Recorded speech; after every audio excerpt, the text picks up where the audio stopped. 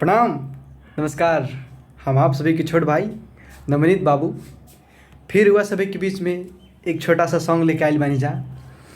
कैसन लगी हमारा बात से हुआ सभी के कमेंट में ज़रूर बताइब जा।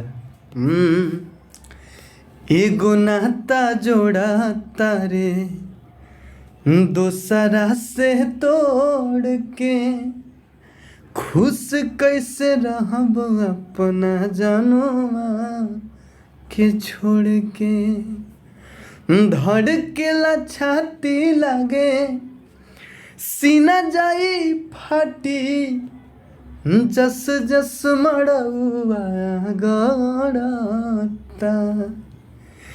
ई कैसन हरदिया लगावता रे माई, और दरदिया बढ़ता।